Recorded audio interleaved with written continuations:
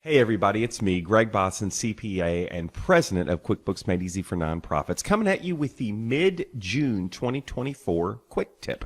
This tip is for those of you that are using both or either QuickBooks Online or QuickBooks Desktop. Okay, and the tip has to do with entering your income and then wanting to see it on customer reports. Okay, before I do that though, I do want to give a big thank you to every one of you that went to our 3-day webinar series. We had over 500 or almost 500 attendees come to our 3-day webinar series that we did the first 2 weeks of June. So thank you, thank you, thank you. I think it was our biggest webinar series yet. Thank you so much. And those of you that came, I hope you had a great time. Okay, here comes the tip.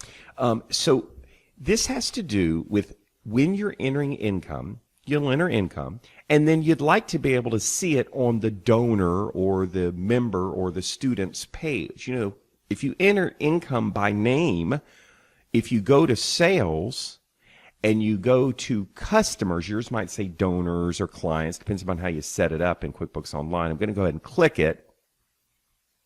You'll get a list of all of the people that are in your, essentially your customer list. Again, yours might say donors or members.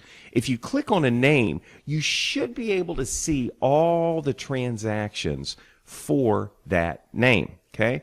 And this is kind of a nice little window if you're looking for transactions, you just want to look at history for somebody. The problem is it will only show transactions that are entered using the sales forms. And what I mean by sales forms in QuickBooks Online is I mean the invoice or the sales receipt. And this is the same in QuickBooks Desktop too. So if you've taken training from me before, you know that if you want to use QuickBooks as a database, you really need to use the invoice form and or the sales receipt form. But a lot of people don't know this, and they've just been entering income by name, but they've been entering it directly in the Make Deposit window. Well, if you enter something directly in the Make Deposit window, or you get it from the downloaded bank information, you know, where you connect your bank to QuickBooks and you're just adding it from the bank feed, then when you look at this list, it'll be blank. It won't have any of the deposits in there. Now, you would think, well, gosh, I guess I have to enter the sales forms. I can't use just the Make Deposit window or the bank feed in order to see what I need to see. Well, that's actually not true. Okay. If you go up to where it says type here, and this says all transactions, they're lying. It's all transactions except for the deposits. So if you click on this drop down arrow, all plus deposits. Can you believe this? So I'll click it, and now you'll see the deposits as well. All right. The same thing is true in QuickBooks Desktop, but not really.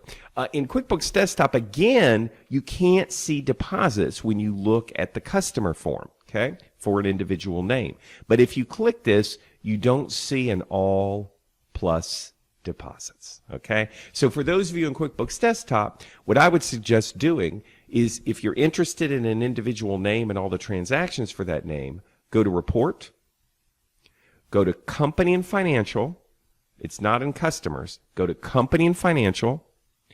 Go to Income by Customer Summary.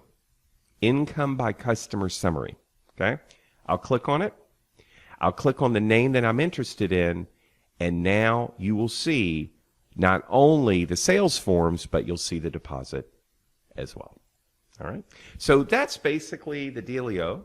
And the only other thing I would say is that this week, actually, I believe it's this week, if you go to webinars, if you're interested in learning about restricted grants and what appropriate reporting is, like when you record them, I actually have a free webinar that I'm doing through TechSoup. It's happening on June the 20th, which is, I guess, in 3 days. So it's accounting for restricted grants, when and how to record properly. It's free. It's happening on June the 20th.